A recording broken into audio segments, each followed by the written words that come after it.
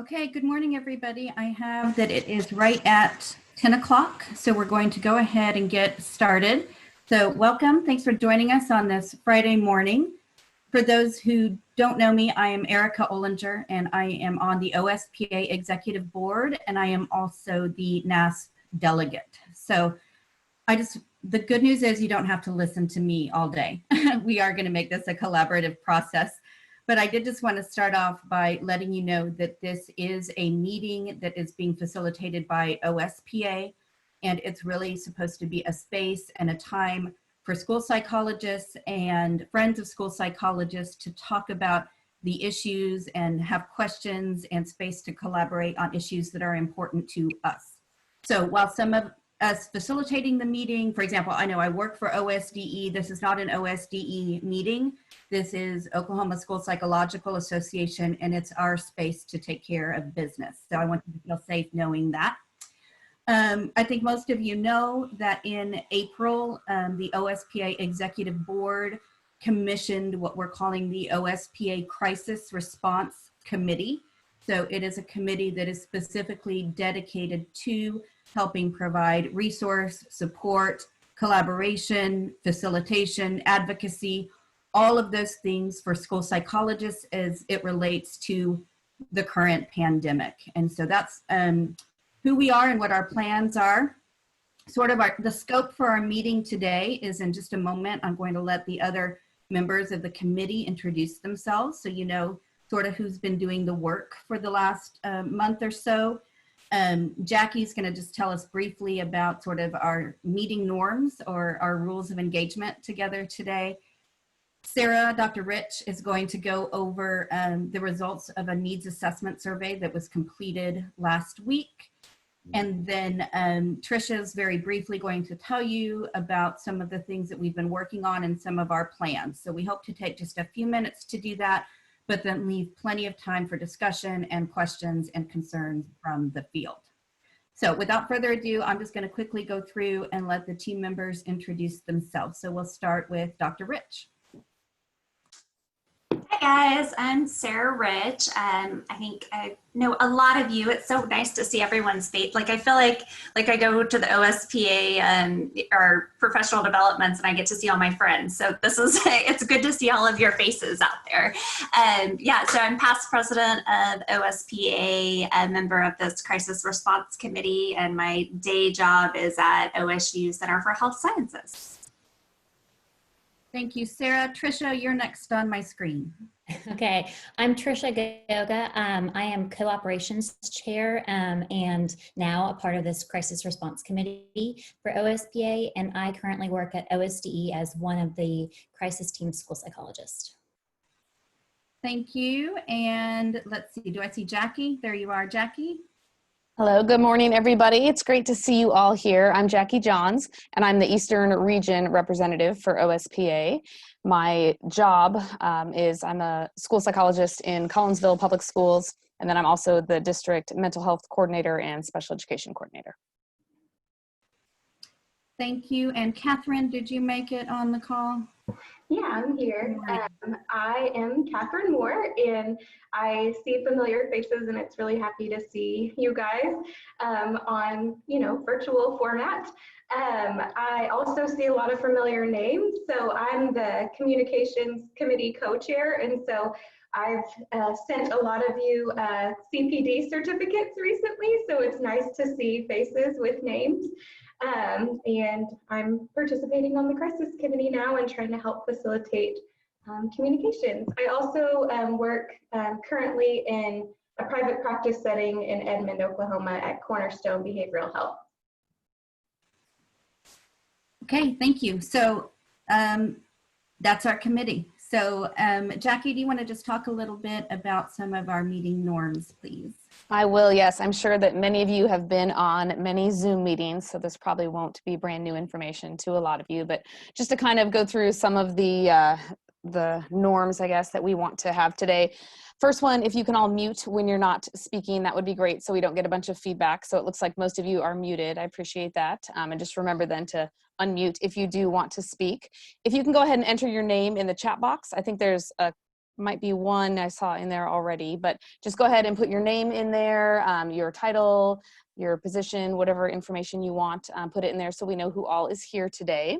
And then if you have any questions as we're going along, go ahead and put those in the chat box also, because we'll be monitoring that throughout the meeting. And so that might be easier than trying to raise your hand in the meeting if you just put it in there, and then we can get to those as questions come up.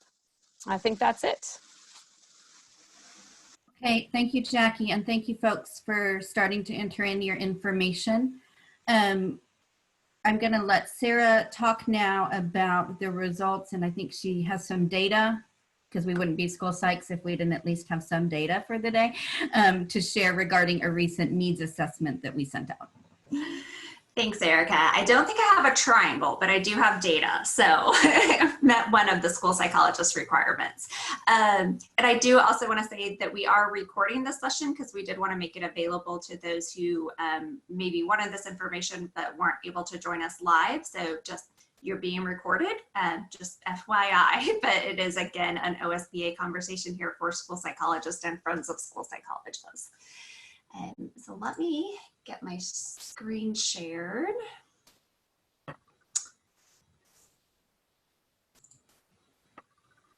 Okay, so thank you all for completing the survey that we sent out. I guess it's been about a week or a couple weeks ago. Everything blends together now, but as a crisis response team, we wanted to start with what is the data telling us as far as your needs as school psychologist and how we can support that. So I wanted to show you those so that you know that we looked at them, and then we'll show you how we're making our plans based off of those, based off that information. So this has always been a question for us as a OSPA organization is, what is our best way of communicating to our members and to our friends out there? So we just wanted to know what platforms of communication, and people were able to choose multiple ones. So there's a little bit of overlap here, but the majority of people said email is a great way for them to receive information. And then second to that was Facebook. And then as far as the other social media, we didn't get quite as many people saying that they used Instagram or Twitter. And so because of that, we probably are not going to post as much information on Instagram and Twitter, but as social media, we'll use Facebook, and then we are going to send emails as well. And then the other ones that people had mentioned were things like getting the NASP emails and NASP newsletters or information directly from the State Department. And then as far as a little bit different here of how do you want to engage with other school psychologists, or how do you want to receive information? And so again, you could select multiple things on this, but a lot of people said they were interested in watching webinar presentations. And so we might make sure you guys have access to some of those, where we've built a couple, and we might build some more over the summer, specifically related to the issues we're going to be dealing with next school year, coming into a new norm for all of us and what that might look like. And then Zoom meetings like we're doing right now, and being able to still connect with our fellow school psychologists, even though we don't have our typical conferences and professional development activities. And then next was being able to just have a link, read some information on a website, and then closely followed by an infographic summary of information. And then not as many people wanted to read a position paper. I don't know why. When we were discussing this, Erica said, please give me a position paper. And I said, please give me an infographic. So we all learn differently and prefer things a little differently. And then how often do you want to hear from us? We don't want to, we've had a joke of becoming OSPA spam, putting an M at the end of that, OS spam. So we don't want to become spam to you. We want to be useful. And so really we're wondering, how often do you want to hear from our team? How often do you want to receive resources? And kind of fall in this 1 to 3 times a week is really what it is. No one wanted to hear from us 3 to 5 times a week, so we'll try to not give you too much information there and summarize what we do give you. And then as far as the priority of your needs that people addressed, really wanting to make sure that you receive from us updates specifically for school psychology in Oklahoma. So when there are updates from the State Department of Education or other agencies, making sure you have that information. And then sharing specific resources, again, whether it's from a specific organization or tools that our fellow members have developed, that type of things that are going to help you in your practice with, again, the new normal and what that looks like in the fall. And then third, I know close behind was statewide collaboration and things like we're doing right now of being able to see your fellow school psychologist and collaborate and some forums to discuss things. And then next was making sure you guys had updates from NASP, which was rated kind of fairly important to important. And then the last one was regional collaboration. All of these were rated as important. That's just sort of the ranking of how important they were there. And then as far as specific topics, you all said you really wanted to make sure that you had information related to helping your schools through this crisis. So hopefully we've been trying to share that information as we've gathered it. And then information from other state agencies was almost tied with that one as far as important. So we're trying to monitor COSA, OSDE, the Speech and Hearing Association, and all of our sister agencies and organizations, and we're trying to help monitor those streams for you and then post things that we find that we think are going to be important or information that you need. The tips for completing evaluations when schools resume and what that might look like, which that's an answer that none of us really know, but again, we're trying to monitor what other states are doing, what NASP is recommending, and then what the State Department's saying to try to help us with that. The NASP practice model is actually being updated as we speak. It's been being updated for a while, but it officially should be coming out very soon. And then what does that look like within COVID-19 and how our practice may or may not change? And then considerations for completing those assessments at a distance. So what if we do have more school closures? What do we do with that piece of it? Again, I don't think we know the answer to that, but as an organization, we're trying to monitor that information and give you guys the most up to date of what's out there.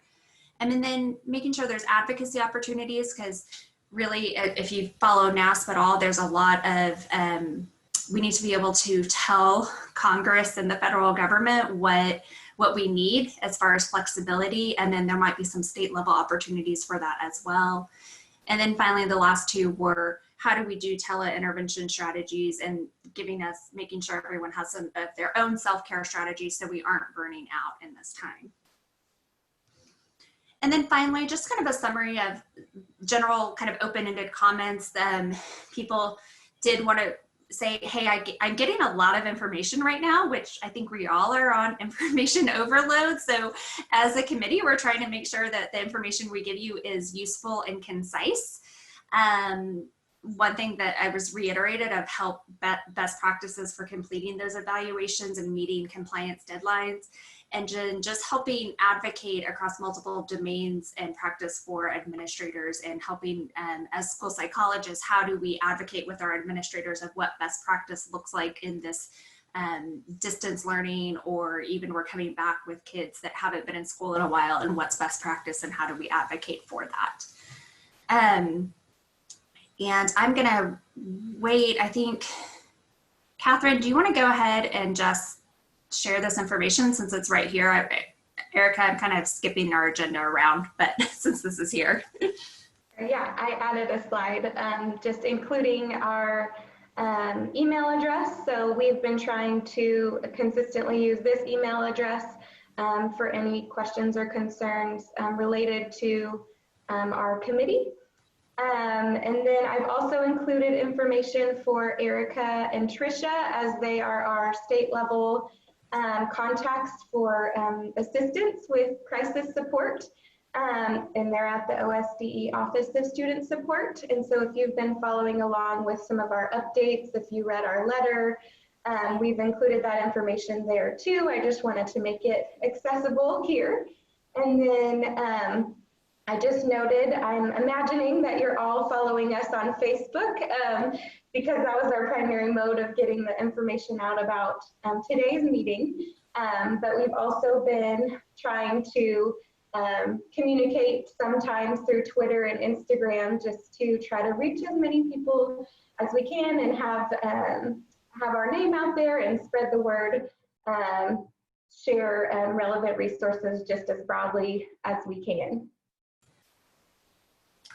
Perfect. Thank you. And I'm going to stop share and then hand it back over to you, Erica. Okay, and I think, so that's just some initial data that we're using to structure our plans. And again, today is another forum where you have the opportunity, if maybe you didn't get to fill out the survey, or if we've missed something when we open the meeting in a moment for comments, let us know if we're missing something. That's just the data that we collected to help structure some of our activities so far. So I'm going to let Tricia talk about some of the things we've done and that we plan to do based on this data. I have to remember to unmute myself. Okay. So Sarah already talked a lot about this, so I'll go through these rather quickly, but if you have questions, feel free to jump into the chat box and ask those questions. But so our future direction, so from the needs assessment, we've noted that email and Facebook are the primary means of communication. And so we're going to continue to use other social media platforms, but not as much as email and Facebook. So just keep an eye on those. Let's see. We are going to continue to, in the last 2 weeks, we've done an email bulletin. So that's been coming out on Fridays, and we're going to continue to send that out weekly. That might tailor off to maybe every 2 weeks or monthly as we get through the summer, but just depending on what this new normal looks like. But right now we're going to stick with that weekly bulletin. Let's see. If you didn't get that weekly bulletin with all that information, feel free to reach out to us and email us and let us know so we can add you to that email list. Let's see. Again, we're collaborating with other agencies and professionals. And so if you know of an organization that maybe we haven't named already, that you've been getting a lot of good information from, send us something in the chat box, send us an email, or just jump on here when we open it up and let us know about that agency that we should follow as well. Let's see. The next part of mine is just best practice advocacy. So this is a good time that we sometimes as school psychologists, we find ourselves somewhat pigeonholed in a couple of different areas and we aren't able to use all of our skill sets. And especially sometimes we're not able to use what is a passion area for us. And so this might be a good time to think about ways that you can advocate for yourself and our profession within your schools and your districts, and kind of get outside of that only testing box if that's what you feel like you're in right now. And maybe that's happening, maybe that'll happen over the summer, but just kind of think about those things. And that's why a lot of our social media posts, they're not going to be just specific to evaluations. We will definitely post that information, and we're going to make sure that we get you the information that you need as soon as it comes out. But we're also going to be posting some other things that could be helpful during this time for your schools and your students and your families. And then the last thing, this is new and we're really excited about it, so we hope we get good feedback, but we are going to start doing a school psych spotlight. We want to keep with this positive mindset, and we want to highlight all the really great things that school psychologists are doing in different schools and different districts. And so we encourage you to submit something to us. We'll be coming out with information on how to submit that, but look for that communication. But as an introduction to that, we want to highlight what school psychologists are doing in their schools and with in collaboration with other educators, and just highlight those positive moments. And maybe it's an idea that you came up with and that you're doing in your school, and maybe a school across the state will be able to do the same thing. So just kind of be thinking about either something you're doing or a colleague is doing, and you can nominate a colleague to do that. And it could be a video that you've submitted, it could be just a quote that you submit, it could be anything, any kind of form, and we'll post those to social media and highlight those school psychs that are doing such a great job. That's all I have on my agenda, so I'm going to throw it back to Erica. Thanks, Tricia. And I really do appreciate, and we want you to know that I think the last part of what Trisha was talking about was very important, and that is that we also celebrate our successes together, that we have space to get together and air our concerns and ask questions and kind of get through the tough stuff, but also that we have a space to recognize what awesome professionals we are. And if anybody's going to shine during a pandemic, I think it's school psychologists. So I appreciate that we're going to have some positive things to focus on through this as well. So before I open the floor, just kind of the last thing that I would like to say too is just, it was said in our letter and in some of our other communication, but just so you know, this is just one part of the executive board and our team that it makes up the leadership body for OSPA. And I want you to know that there are other folks who are still working on the business of the board. And so they're working on providing quality professional development for you, advocacy on items that may not be directly related to COVID-19. We have elections going on right now. Just kind of as a side note, the leadership organization at NASP today is closing voting for the new standards. So they're continuing with that important business too. So this committee here is trying to support the work of school psychs during COVID-19, but I just wanted you to know that the rest of our team is also doing great work and continuing to advocate and continue with those things that are important to us in the long term. So is there anything else from the committee before we open it up for some collaboration time?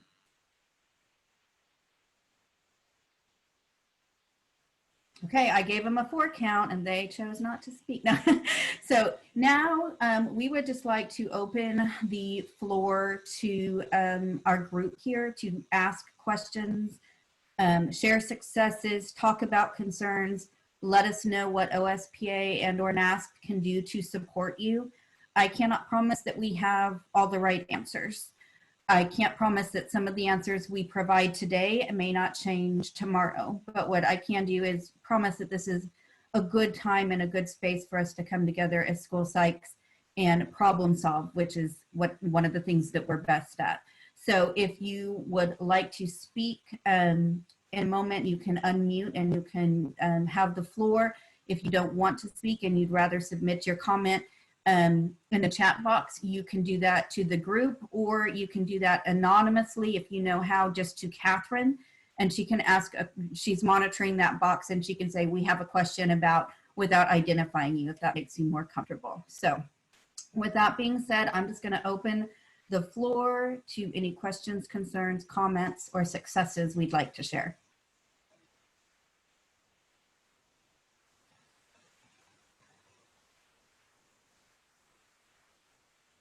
Be brave.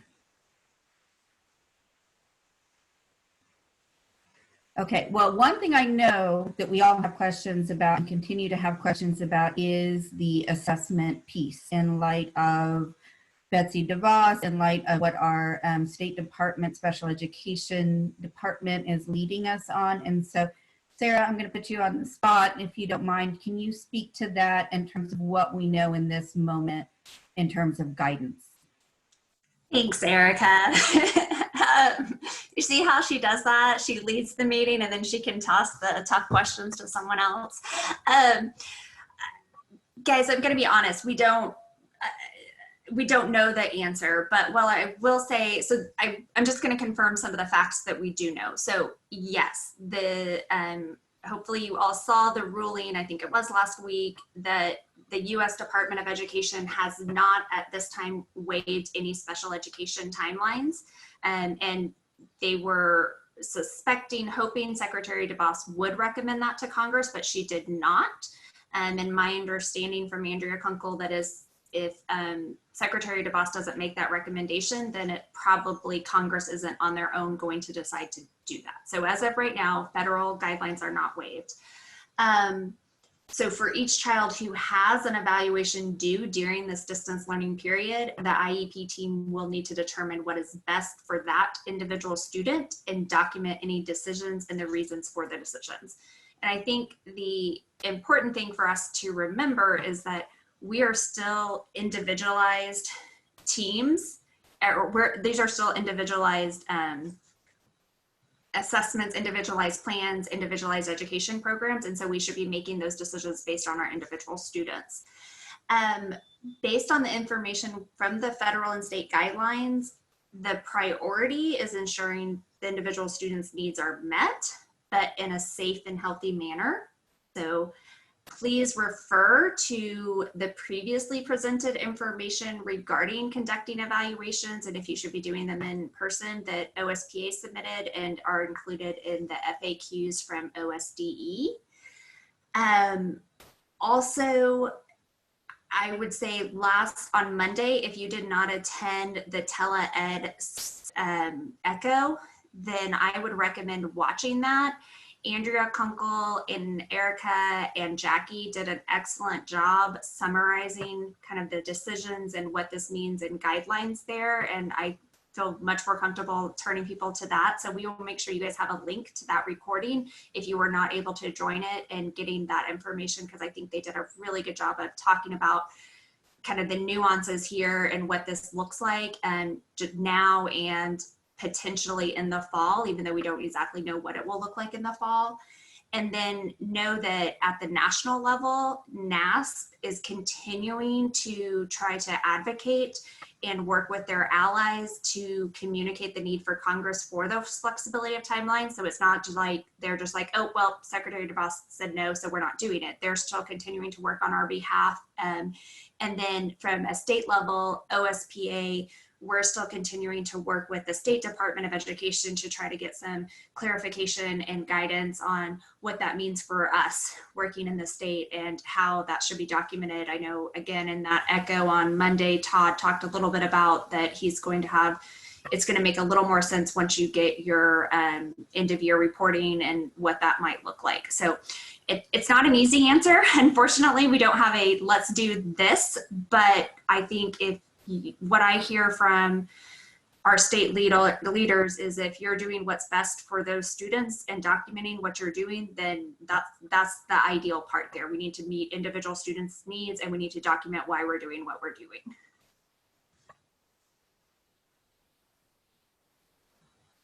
You're muted. Thank you. Thanks, Sarah. And also just know that we have been gathering and speaking to other state leaders that have put out similar guidance as organizations, as state level school psych organizations. And so we've been collecting those and trying to put those together and take the parts that make sense for us in Oklahoma. Some of that hasn't come out until, again, we've had this time and this space to talk to our membership and make sure we're representing what we need to represent. And I see in the box, thank you, Natalie. I appreciate this. And I'm also very interested to know, Natalie asked, I would like to know successful ways that others have supported their schools during this time, because our district role is primarily assessment-based. We're not being identified or utilized as a method of support. So I love that because it sounds like Natalie wants to know ways that people are advocating and creative things you're doing to support your districts during this time, since our assessment role has been turned on its head. So who would like to share some cool things that you're doing? I don't mind sharing. I'm in a very unique position because we've gone completely, as soon as it was announced, we go through Zoom. So we're doing RTI through one-on-one Zoom meetings. Since I know a lot about Zoom, I help in the role of facilitating paperwork. I help out on EdPlan to try and get the verbiage right on the IEPs for what's going on. I help out with written notices to try and make sure that they're written in a way that is commensurate with the guidelines and let people know what's going on. So, we've tried to take the approach of the same business as usual, just different delivery style and method. And when it comes to assessments, because we've gone pretty much online with the BASC and all assessments, except for like the main academic and achievement and cognitive, we've been able to try and keep it at a low roar, which again, it's really dependent upon what technology and what you have at the top down supporting. But I've been more or less helping on the paperwork aspect and helping everyone get through as if I was there, only through remote learning needs, if that makes sense.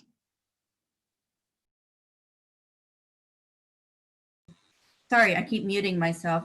Jared, can you, and anyone who speaks, if you don't mind, will you just introduce yourself, and if you're comfortable, let us know what district we're working in. I think we might have some call-ins who can't see. So That's Jared, fine. will you just let us know? I'm Jared Gleaton, nationally certified school psychologist. I'm the school psychologist for Skytech Public Schools. I work under Vicki Hampton. We've really embraced this just because we look at it like we have to. And so instead of taking the approach of, the frustration approach, we just sort of are looking at it like, okay, just keep doing what you're doing, only remotely. Call, answer questions, help support remotely. So that's been very beneficial, and that's how we've been able to sort of keep on track. And then, we've got several requests for consent, which we facilitated the consent because we can't delay it for any reason. And we've actually been able to complete just, except for learning disability. And like I said, the one-on-one testing, we've been able to complete most of the assessments for other health impairment and emotionally disturbed remotely because we have access to that. So, but again, I've been more or less, receiving phone calls, helping with Zoom meetings, helping teachers learn Zoom and set up Zoom and Google Classroom, and then helping on the verbiage on the paperwork on IEPs and written notices, as well as my MEEGs. Yeah, Okay, that's great. all good. No, that's great. Thanks, Jared. So it sounds like just trying to conduct business and new platforms, and a new skill set, or a skill set many of us have, is in our writing ability, our ability to know how to complete that paperwork. Some are much more technologically advanced than I am, but I think that's another good way to advocate and help support districts. Who else can speak to ways that you've maybe gone outside of your role, or creative things you're doing to support students and staff?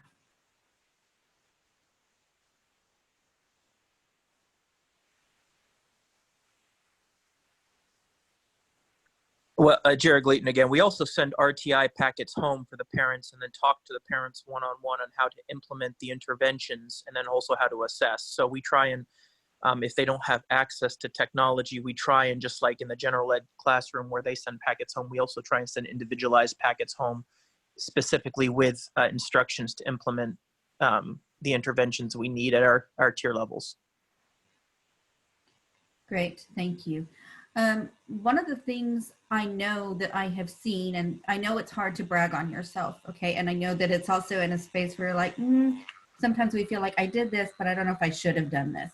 And that's okay too. But one of the things I know that I've seen across the state is that school psychs are really embracing their role in terms of being supporters of SEL and behavior support. So I've seen, and I know that some school psychs who in the past have told me, I've always wanted to run, small groups, or I've wanted to intervene with students and provide skills to them for social emotional learning. I know that many, again, through those same platforms, are either virtually reaching out to students and to staff. I've had a lot of folks tell me that even if they're not directly supporting SEL for students, they're checking in on their staff and encouraging staff self-care and staff social emotional learning, and providing, as consultants, resources to staff. So feel free to share some of those things too, because I know many of you are working on that, and that is encouraging because it just shows, again, the reach of our skill set.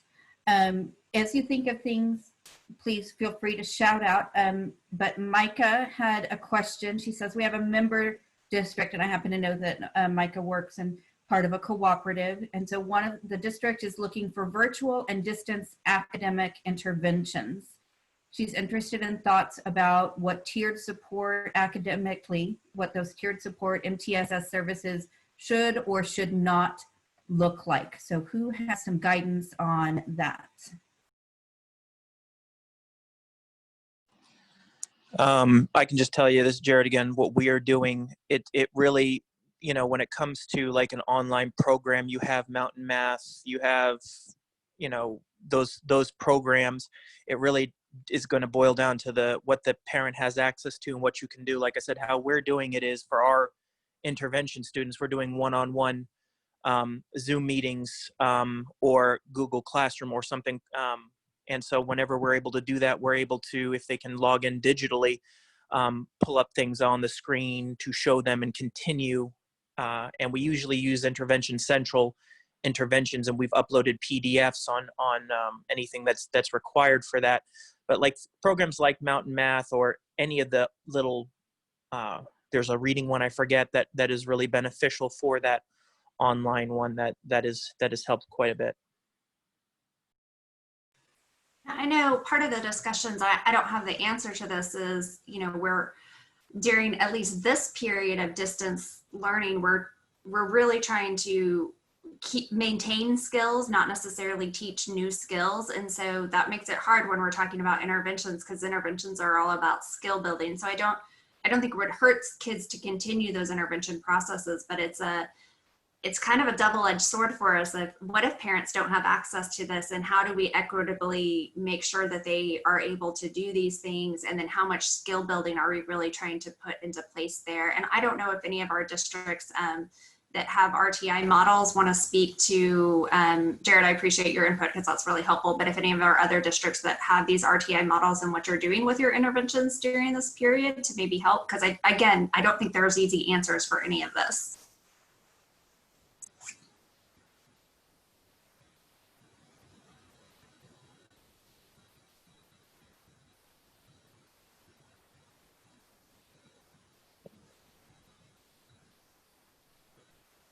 I'll speak. I am jealous of you, Jared. I'm glad you got that rolling for the spring. We're thinking about some creative ideas for especially the RSA summer school, in that we're not going to call it summer school. We're going to do some, much like you talked about, some tutoring kinds of intervention strategies and small individual sessions is what we're thinking about and trying to mull through how exactly we'll do that. We're still in the very beginning planning stages.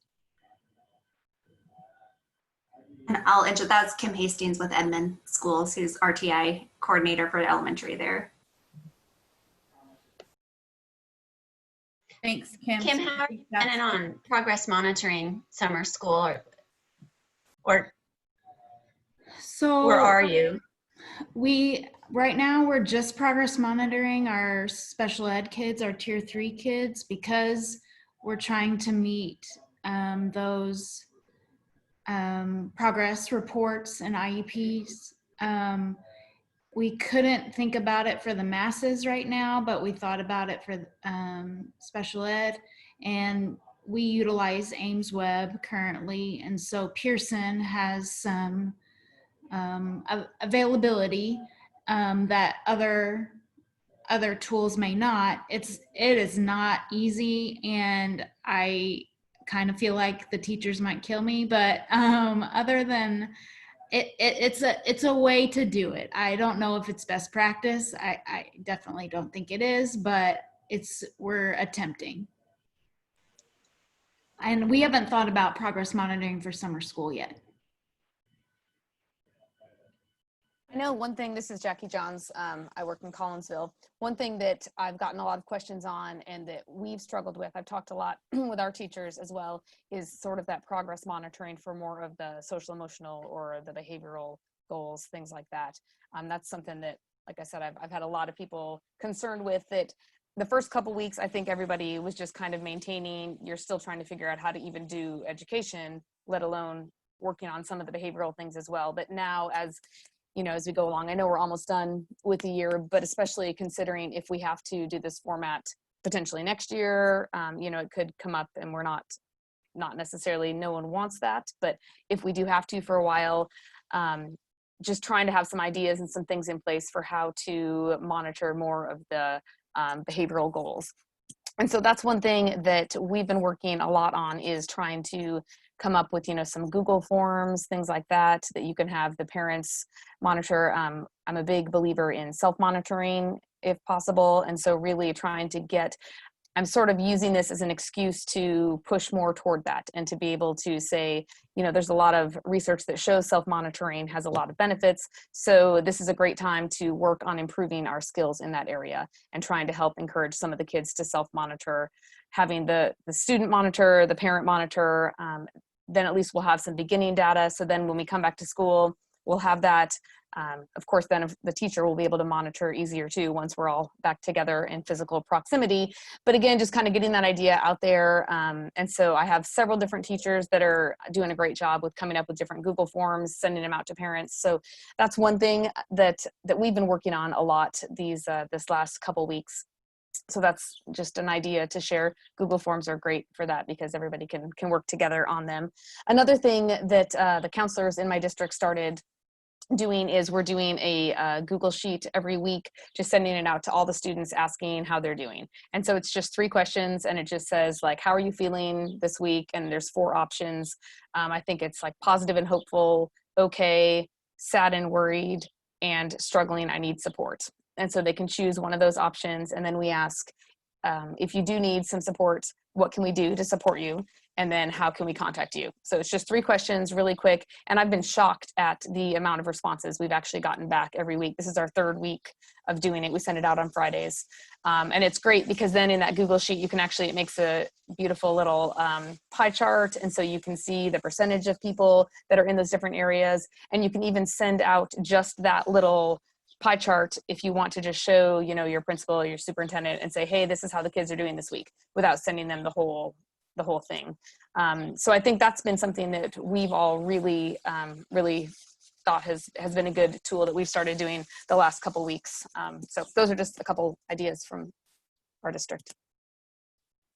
Jackie, thank you so much for that. And I love that kind of points to that first question of how do we, even if we're working in districts where we've been primarily seen as the assessment person, the test monkey, like this is now our time to reach out and say, hey, I have other expertise in maybe working with your school counselors, maybe working with the other professionals and, you know, sharing these type of resources, because I think it's a good time for our skills to shine. I know Erica and I were talking about, it's really nice that like school psychologists, we've been included in some of these conversations at the state level. And it's one of the first times that that's been recognized, that people are saying, hey, there's a crisis and school psychologists know something about crises. They know something about what to do with this. So I think that's really helpful and I appreciate you sharing that. And then I know in one of the ECHO sessions I sat in on this week, or that I was a part of this week, our administrators are making contingency plans. And I think it's really important for you to get in there and talk to your principal and your superintendents at whatever level you feel comfortable advocating and say, hey, what are our contingency plans for our kids that were behind academically, and what are we going to do in the fall for them? And what are our contingency plans for these behavioral kids, and making sure that at that table and that you're in those conversations with them. This is a great self-advocacy time for you all. I received an anonymous question if we're ready to move on to the next question. So the question is, how do we respond to school staff who are recommending to parents to pursue an outside evaluation that can be completed in person, since we're not able to provide in-person evaluation services currently? Okay, that's a great question. I have some thoughts, but I want to know what the thoughts from the field are on this one. Does anyone have some thoughts about that? Jared here. We, no matter what the situation, never recommend that the parents seek an outside evaluation when we can provide it. It's just, you know, that's something that we always tell the parent that they can seek on their own. And you know, we also tell them that go and get your outside evaluation, but you bring it to us. We still need to do our own assessments because the diagnosis or your outside evaluation rarely is sufficient to meet eligibility under Oklahoma's interpretation of IDEA. So it still requires certain components that might need to still be done by us. You know, the outside psychologists, sometimes they use the assessments that are adequate, sometimes they don't, but it still also requires the school's perspective and how it impacts the education. So what we've been telling them is we will get consent, we don't delay it, but we never in general, even in this situation, would recommend anything outside. And that's nothing against the outside. It's just we still provide the service, and we've tried to maintain that we can't give any impressions that we would delay testing or not provide testing. We just let it be known that right now we can't do the one-on-one part, but we can absolutely get consent. So that's just my perspective and how we handle it as a district. And again, we just don't ever recommend or suggest outside, because we absolutely can do it. It just is what it is right now. Okay, thanks, Jared. Other thoughts on this?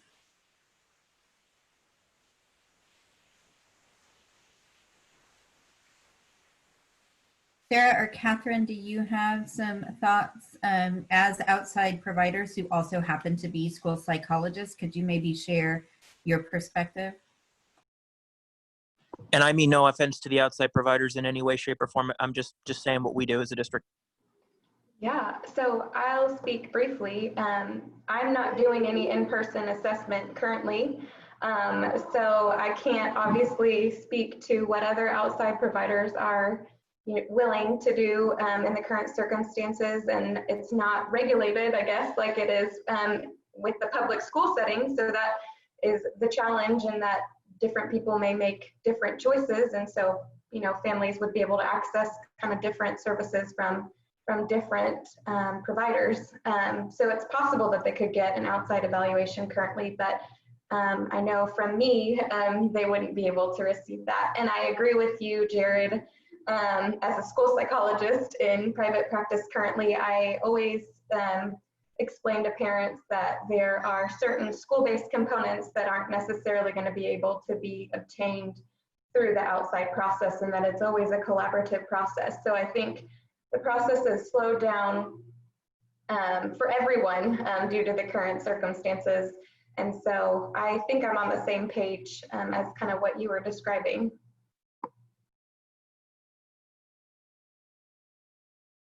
Yeah, and I would ditto what Catherine said. As far as a private practice, I think like we're having discussions of starting to do some more in-person assessments, but I never tell a parent that what I'm doing would take the place of what a school could do, and just say that take this information to your school, but your school is going to have to look over it and then determine if there's any other additional information for making determinations of eligibility. And then exactly, I don't know that it's ever wise for a school from a legal perspective to recommend an outside evaluation that gets into the area of then the school is responsible for paying for that. So if the school wants to contract with someone, that's a different conversation, but as far as recommending parents do that in lieu of a school evaluation, I think you get in a really sticky legal situation there. And this is Erica. Oh, sorry, go ahead. You go, Brittany. Well, I was going to say, so I was trying to word it in a more general way. I was the one that sent it to Catherine, because this is a situation in our district where we as the psychologists are not recommending it. DHS and the parents are coming to our admin saying, we want our child tested. The school is not doing in-person testing, so we are taking them to an outside person. What needs to be done to fit eligibility? And like Jared said, of course, we respond like there are things that we have to fit for special education, these kind of things. But I think it's navigating that discussion of like all these issues we're talking about from NASP of like, hey, what's the reliability and validity of doing a cognitive assessment in the middle of, a pandemic versus outside providers that are still doing in-person testing, and then trying to navigate how we, respond to that. But really the district isn't telling them to get tested. DHS and the parents are saying, we're doing this. We want to know what happens. So later on, they don't bring in the eval and we say, but that'll probably happen anyways. It'll be great. And I sort of think, to Brittany's concern and to the group, that again, it's kind of a leveraging point for advocacy. And so I think it's coming back to what is the purpose of a special education eligibility evaluation anyway?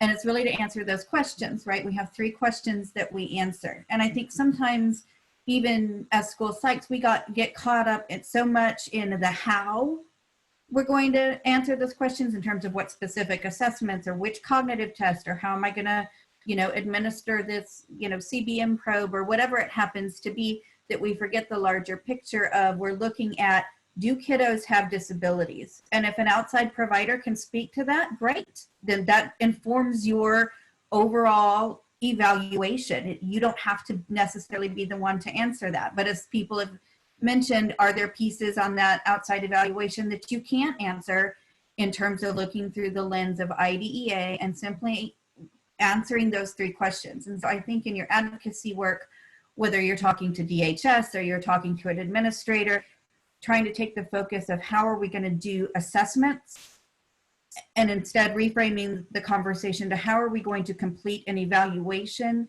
that gets us answers to these questions. And I think we're in a place where we can creatively, come up with ways to do that. We may not need to give a standardized cognitive measure to speak to a student's cognitive functioning. We have other pieces of information that can tell us, yes, cognitively they seem to be okay. So it's all right that I'm not going to do my Whisker, my Woodcock Johnson to have a number. And those are some of the things we've been advocating for. So I think, I don't know if that's helpful, Brittany, but from my perspective, I think it's about reframe and coming back to what is the core purpose of a special education evaluation. And it's not, or at least it shouldn't be, to administer a menu of tests. It should be as a team to include potentially outside providers as a team to inform about individual functioning that we can make decisions about. So that's my 2 cents. Does anyone else have some thoughts about that?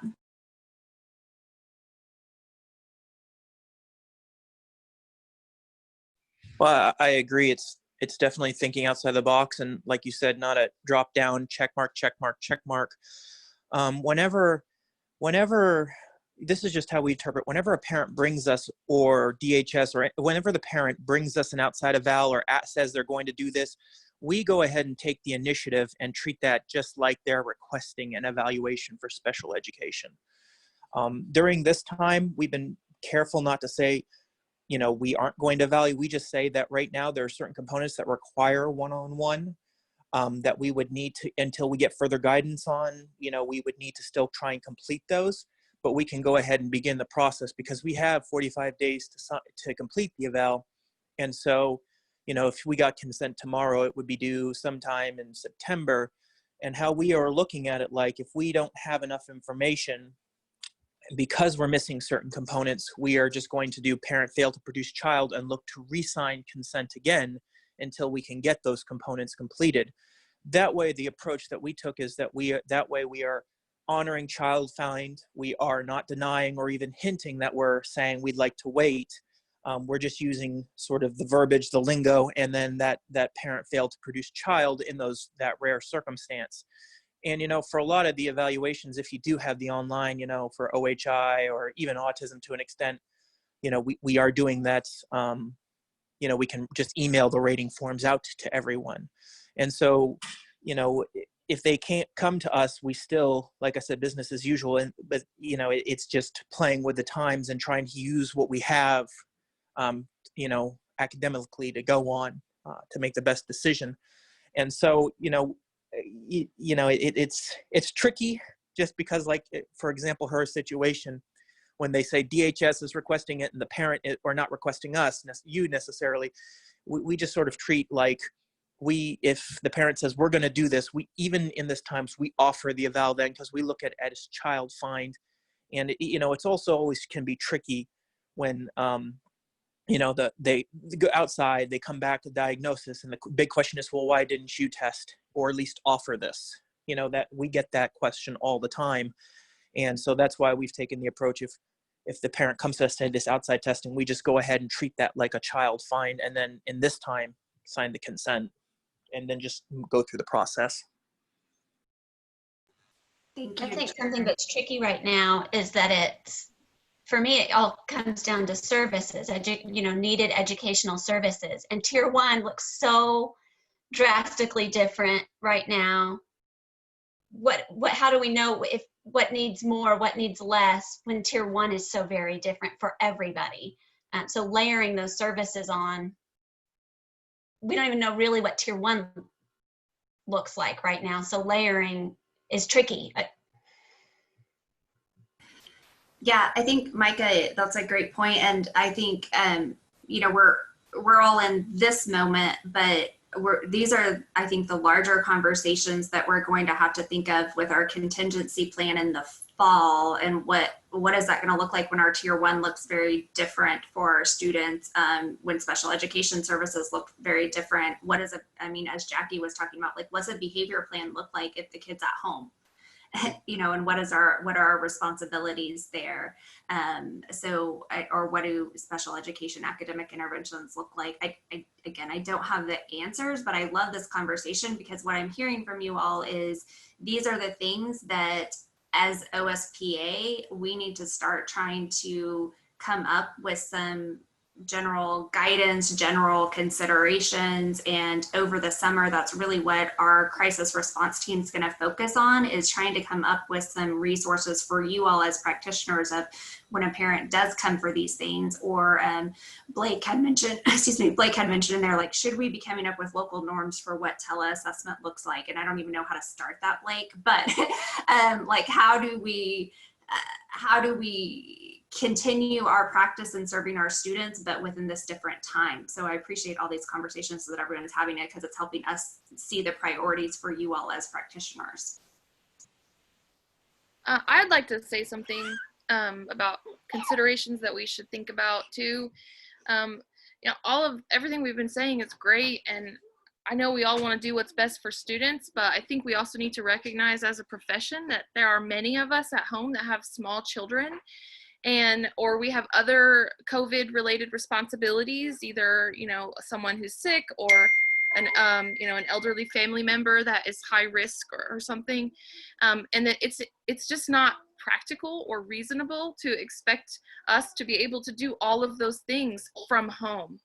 I mean, with no childcare, my husband works in a hospital on the front lines, and I have 2 small children. I'm barely surviving trying to just finish up the paperwork I have. There's no way I can reach out and do more and do extra right now.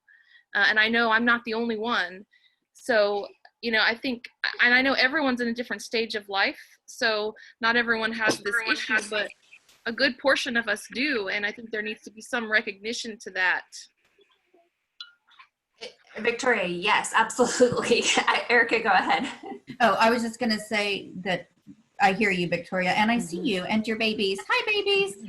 Babies are always welcome to our school psych meetings, but I do think that that is an important component, and something that also we have to advocate for, that business as usual is not going to be business as usual, both in terms of how we're performing the components of our job, but how we should be expected to maintain the same levels of performance that we were before. And so I think, again, that's an important conversation piece for this body and for our committee to consider, is how do we advocate not just for best practices for kids, but how do we advocate for the new ways our profession and us as individuals and as professionals need to be treated, and how we need to operate. So I appreciate that view very much.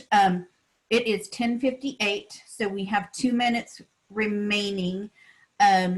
This was just the start today, folks. And so I think what we will do is the committee will look at what was said in the box, we'll review the recording, and we'll just kind of maybe put out a summary sheet and try to give some guidance or answer to some of those questions. Potentially even open up a forum where other people can contribute as well. So a Google Doc or something where if you have some more input that you weren't able to provide today. And again, this is just the start, and our hope is, you know, I'm seeing already, I know that Jackie's keeping a list of things for us to consider, but we might have more focused topical meetings in the future where, you know, the next time we're talking about progress monitoring and RTI process, the next time we're talking about telehealth. So if we didn't get to your questions or to your concerns today, reach out to us, but know that this is just the beginning, and to help guide our work.